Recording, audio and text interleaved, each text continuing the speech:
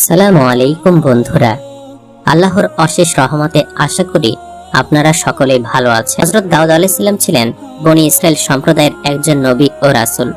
মহান আল্লাহ তাআলা তার উপর জবর কিতাব নাজিল করেছিলেন। আল্লাহ তাকে অনেক অলৌকিক ক্ষমতা দান করেন। হযরত দাউদ আলাইহিস সালাম খুব সাহসী ও নির্ভীক ছিলেন। তিনি বীরত্বের জন্য সবার শ্রদ্ধার পাত্রে পরিণত হন এবং তার রাজদরবার সকলের জন্য উন্মুক্ত ছিল। আল্লাহ তাআলা নির্দেশক্রমে হযরত দাউদ আলাইহিস সালাম নিয়মিত রাজকার্য পরিচালনা আরম্ভ করলেন এবং বিচারের ক্ষেত্রে জটিল বিষয় নিজেই ফয়সালা করতেন। একদা হযরত দাউদ আলাইহিস সালামের রাজদরবারে দুই বিবাদকারী এসে হাজির হলো। একজন বলল, হুজুর, এই লোকটির ছাগলের পাল এসে আমার ক্ষেতের সমস্ত ফসল খেয়ে ফেলেছে, এখন আমার ক্ষতিপূরণের ব্যবস্থা করে দিন। ফলে হযরত দাউদ আলাইহিস সালাম তার কর্মচারীর দ্বারা ছাগল ও ফসলের মূল্য নির্ধারণ করলেন। তাতে দেখা গেল ফসলের দাম ছাগলের দামের চেয়ে অধিক এসেছে। তখন হযরত দাউদ আলাইহিস সালাম ক্ষেতওয়ালাকে ছাগলগুলো দিয়ে বললেন, তোমার ফসলের বিনিময়ে এই ছাগলগুলোকে নিয়ে যাও, আজ থেকে এগুলো তোমার। হযরত দাউদ আলাইহিস সালামের রায় শুনে উভয় পক্ষ রাজদরবার থেকে বিদায় নিল। ছাগলওয়ালার রায় শুনে কাঁদতে কাঁদতে দরবার থেকে বের হয়ে গেল। দরজায় হযরত দাউদ আলাইহিস সালামের 7 বছরের পুত্র শাহজাদা সুলাইমান আলাইহিস সালামের সাথে তার সাক্ষাৎ হলো। শাহজাদা সুলাইমান আলাইহিস সালামের একটি লোককে কাঁদতে দেখে জিজ্ঞাসা করলেন, হে বুড়ো, তুমি কাঁদছো কেন? লোকটি বলল, শাহজাদা, সে কথা বলে আর লাভ নেই। স্বয়ং খলিফা আমাদের একটি মামলার রায় দিয়েছেন, যে রায়ে আমি রাস্তার ফকির হয়ে গেছি, তাই কোনো উপায় না দেখে আল্লাহর দরবারে কাঁদছি। শাহজাদা সুলাইমান আলাইহিস সালাম জিজ্ঞেস করলেন, তোমার মামলার বিষয়টি কি ছিল, আমাকে বলো। ছাগলওয়ালা বলল, আমার এক পাল ছাগল আমার প্রতিবেশীর ক্ষেতে ঢুকে তার ফসল খেয়ে ফেলেছে। খলিফা এজন্য আমার সব ছাগল তাকে দিয়ে দিয়েছেন। এখন আমার অবস্থা খুবই বিপজ্জনক হয়ে দাঁড়িয়েছে, কারণ আমার আর কোনো আয় রোজগারের ব্যবস্থা নেই। ছাগলের দুধ বিক্রয় করে আমার জীবিকা নির্বাহ হতো। শাহজাদা সুলাইমান আলাইহিস সালাম পিতার রায় শুনে ছাগলওয়ালাকে বললেন, তুমি পুনরায় খলিফার দরবারে গিয়ে বলো, হুজুর, আমার মামলার বিষয়টা আর একটু ভেবেচিন্তে রায় দিলে বেঁচে যেতাম, না হয় আমার পরিবারে বেঁচে থাকার কোনো উপায় থাকবে না। লোকটি শাহজাদার পরামর্শ অনুসারে খলিফার দরবারে পৌঁছে অনুরূপ আরজ করল। খলিফা তখন তাকে জিজ্ঞেস করল, তোমাকে এ কথা কে শিখিয়ে দিয়েছে? লোকটি বলল, শাহজাদা সুলাইমান আলাইহিস সালাম। তখন খলিফা শাহজাদাকে দরবারে ডেকে পাঠালো। সুলাইমান আলাইহিস সালাম পিতার নিকট আসলে তিনি জিজ্ঞাসা করলেন, তুমি ছাগলওয়ালাকে পুনরায় বিচারের জন্য আমার নিকট প্রেরণ করেছ? সুলাইমান উত্তর দিলেন, হ্যাঁ, পাঠিয়েছি। হযরত দাউদ আলাইহিস সালাম তখন বললেন, তুমি কি মনে করো আমার বিচার ন্যায়সঙ্গত হয়নি? সুলাইমান আলাইহিস সালাম বললেন, ন্যায়সঙ্গত হয়েছে বটে, তবে সূক্ষ্ম হয়নি। তখন হযরত দাউদ আলাইহিস সালাম সুলাইমান আলাইহিস সালামকে বললেন, আচ্ছা, বিচারটি যদি তোমার মতো করে করতে তাহলে কিভাবে করতে? সুলাইমান আলাইহিস সালাম বললেন, যদি আপনি আদেশ দেন তাহলে আমি বলতে পারি। হযরত দাউদ আলাইহিস সালাম তখন বললেন, হ্যাঁ, আমি তোমাকে আদেশ দিলাম। তখন সুলাইমান আলাইহিস সালাম বললেন, আমার বিবেচনা অনুসারে বিচারটি এমন হলে ভালো হতো, ছাগলওয়ালা আপাতত ছাগলগুলোকে ক্ষেতওয়ালাকে দিয়ে দেবে, সে ওহাদ দুধ পান করবে এবং ছাগলওয়ালা ক্ষেতওয়ালার খেতে পানি দিবে। যখন ক্ষেত পূর্ণের ন্যায় তরতাজা হবে, সেদিন ক্ষেতওয়ালা ছাগলগুলোকে ছাগলের মালিককে দিয়ে দিবে। হযরত দাউদ আলাইহিস সালাম সুলাইমান আলাইহিস সালামের রায় শুনে বললেন, তোমার রায়টা উত্তম, অতএব এটাই কার্যকর করা হবে।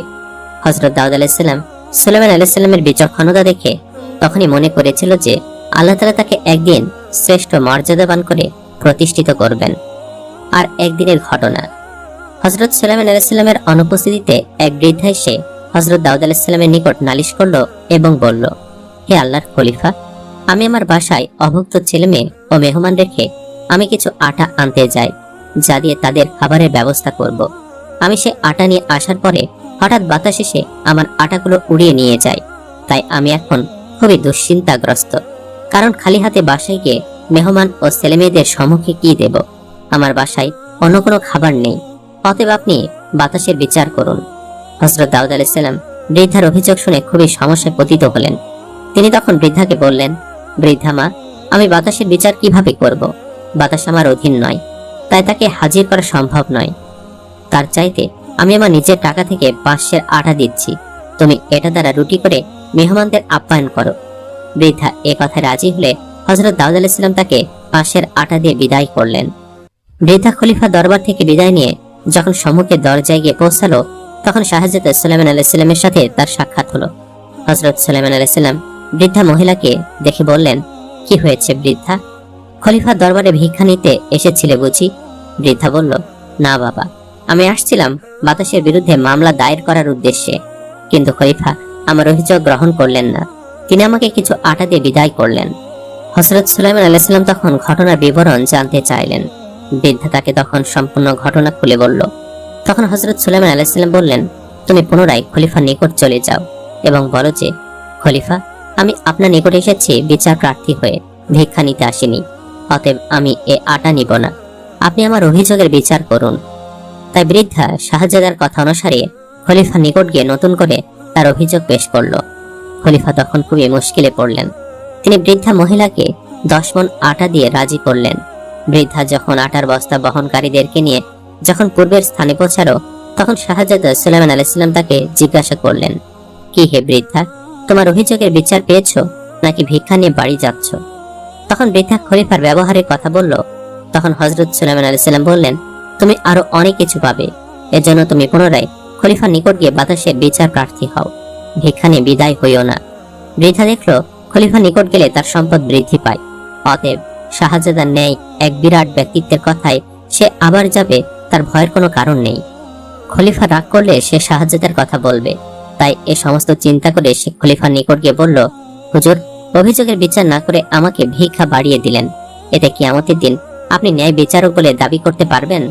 আমি সেদিন কিন্তু বলবো, খলিফা আমার অভিযোগের বিচার করেন নাই। খলিফা বৃদ্ধার কথা শুনে বললেন, তোমাকে এ সমস্ত কে শিখিয়ে দিয়েছে? বৃদ্ধা বলল, শাহজাদা সুলাইমান আলাইহিস সালাম আমাকে সবকিছু বলে দিয়েছে। তখন হযরত দাউদ আলাইহিস সালাম শাহজাদাকে দরবারে ডাকলেন। সুলাইমান আলাইহিস সালাম পিতার নিকট এসে সালাম দিলেন। হযরত দাউদ আলাইহিস সালাম বললেন, তুমি বারবার বৃদ্ধাকে আমার নিকট প্রেরণ করে আমাকে হয়রানি করে তুলছো কেন? বাতাস কি আমার অধীন যে আমি তাকে এনে বৃদ্ধার সম্মুখে বিচার করব?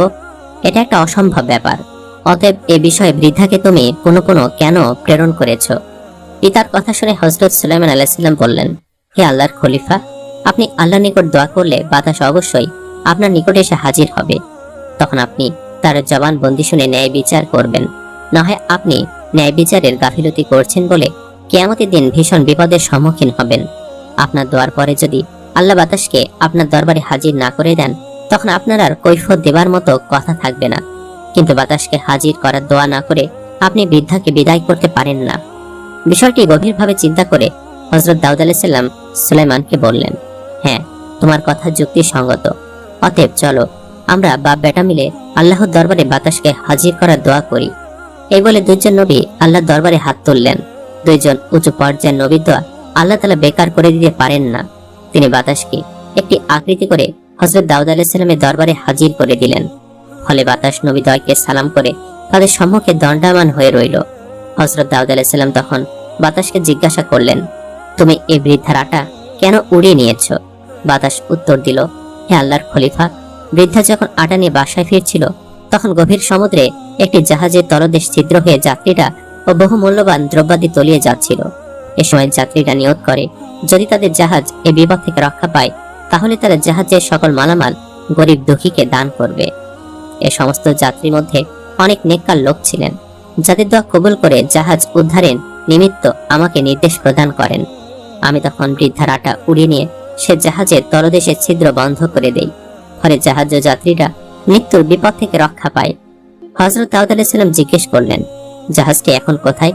তখন বাতাস বলল, জাহাজটি এইমাত্র শহরের প্রান্তে সমুদ্র তীরে নোঙ্গর করেছে। তখন তিনি বললেন, তুমি তাহলে যেতে পারো, আমি জাহাজের খবর নিচ্ছি। হযরত দাউদ আলাইহিস সালাম সমুদ্র তীরে লোক প্রেরণ করে জাহাজের যাত্রী এবং নাবিকদের ডাকলেন। কিছু সময়ের মধ্যে তারা এসে খলিফার দরবারে এসে পৌঁছালো। তখন তিনি বললেন, তোমরা জাহাজের সমুদয় মালামাল গরিব দুঃখীদের মধ্যে বিতরণের অঙ্গীকার করেছ। সে মর্মে এ বৃদ্ধাকে সমস্ত মালামালের অর্ধেক দিবে, আর বাকি অর্ধেক গরিব দুঃখীদের মধ্যে বিতরণ করবে। জাহাজের নাবিক ও যাত্রীরা খলিফার কথা শিরোধার্য করে নিল। বৃদ্ধাকে তাদের সঙ্গে নিয়ে গেল এবং জাহাজের সমুদয় মাল খালাস করে সুষ্ঠু বন্টন করে অর্ধেক বৃদ্ধাকে দিয়েছিল, বাকি অর্ধেক গরিব দুঃখীকে দান করলো। দীর্ঘদিন পরে একদা হযরত দাউদ আলাইহিস সালাম বৃদ্ধার নিকট দিয়ে যাচ্ছিলেন। এ সময় তিনি দেখতে পেলেন যে বাড়ির কোনো চিহ্ন নেই। সেখানে বিরাট বিরাট অট্টালিকা আর চতুর্দিকে ফুল বাগান, সম্মুখে দারোয়ান, চত্বরে ঘোড়ার গাড়ি। তখন হযরত দাউদ আলাইহিস সালাম সেখানে লোকদেরকে জিজ্ঞেস করলেন, এখানে এক বৃদ্ধার বাড়ি ছিল, সে বৃদ্ধা এখন কোথায়? লোকেরা তার কথার উত্তরে বলল, হুজুর, এ প্রাসাদ অট্টালিকা সে বৃদ্ধা মহিলা, সে নাকি বাতাসের বিরুদ্ধে আপনার কাছে অভিযোগ করে অনেক ধন সম্পদের মালিক হয়েছে। এখন তার সাক্ষাৎ লাভ করা সাধারণ মানুষের জন্য কষ্টকর। হযরত দাউদ আলাইহিস সালাম তখন বৃদ্ধাকে খবর দিতে বললেন। বৃদ্ধা খলিফার কথা শুনে তড়িৎ তার সম্মুখে হাজির হলো। খলিফা বৃদ্ধাকে জিজ্ঞাসা করলেন, বৃদ্ধা, তুমি এমন কি কাজ করেছো যে আল্লাহ তাআলা তোমার এই বিপুল ধন সম্পদের মালিক করেছেন? বৃদ্ধা বলল, হুজুর, আমি তেমন বিশেষ কোনো নেক কাজ করেছি বলে আমার মনে পড়ে না। তবে একদিন এক ভিক্ষুক আমার বাসায় এসে বলল, মা, আমি 3 দিনের উপবাসী, আমাকে কিছু খেতে দাও, ক্ষুধায় আমার জান বেরিয়ে যাচ্ছে। তখন আমি ঘরে গিয়ে দেখলাম ঘরে সামান্য এক টুকরা রুটি ছাড়া ঘরে আর কিছু নেই। তখন আমি রুটির টুকরা এনে ভিক্ষুককে খেতে দিলাম। ভিক্ষুক তখন রুটি টুকরা খেয়ে বলল, এতে আমার ক্ষুধার জ্বালা আদৌ মেটেনি, অতএব আমাকে আর কিছু খেতে দাও। তখন আমি তাকে বললাম, বাবা, আমার ঘরে আর কিছু নেই, তবে কিছু সময় অপেক্ষা করুন, আমি আটা এনে তোমাকে রুটি করে দেই। এ কথা বলে আমি রুটি আনতে গিয়ে বাতাসের সম্মুখীন হই এবং আটা সম্পূর্ণ উড়িয়ে নেয়। তখন আমি আপনার দরবারে গিয়ে বাতাসের বিরুদ্ধে অভিযোগ দায়ের করি। আপনি ও শাহজাদা সুলাইমান আলাইহিস সালাম দোয়া করে বাতাসকে হাজির করে ডুবন্ত জাহাজের যে অর্ধেক সম্পদ আমাকে প্রদান করেছিলেন, উহা ছিল আমার উন্নতির প্রধান কারণ। উক্ত সম্পদের অধিকারী হওয়ার পরে আমার ছেলেরা বিদেশের সাথে ব্যবসা বাণিজ্য করে, তাতে আল্লাহ আমাকে অনেক বরকত দিয়েছে। আমি অনেক অর্থ সম্পদের মালিক হয়েছি। গোটা শহরে আমার চেয়ে অধিক সম্পদশালী কেউ আছে বলে আমার জানা নেই। হুজুর, আপনি আমাকে এখন সম্পদশালী করে দিয়েছেন, এবার পরকালের মুক্তির ব্যবস্থা করে দিন। হযরত দাউদ আলাইহিস সালাম বললেন, তুমি যে সম্পদ পেয়েছো তা তোমার আটার বদলে পেয়েছো। বাকি ভিক্ষুকের আপ্যায়নের প্রতিফল আল্লাহ তাআলা তোমাকে পরকালে দান করবেন। সুবহানাল্লাহ।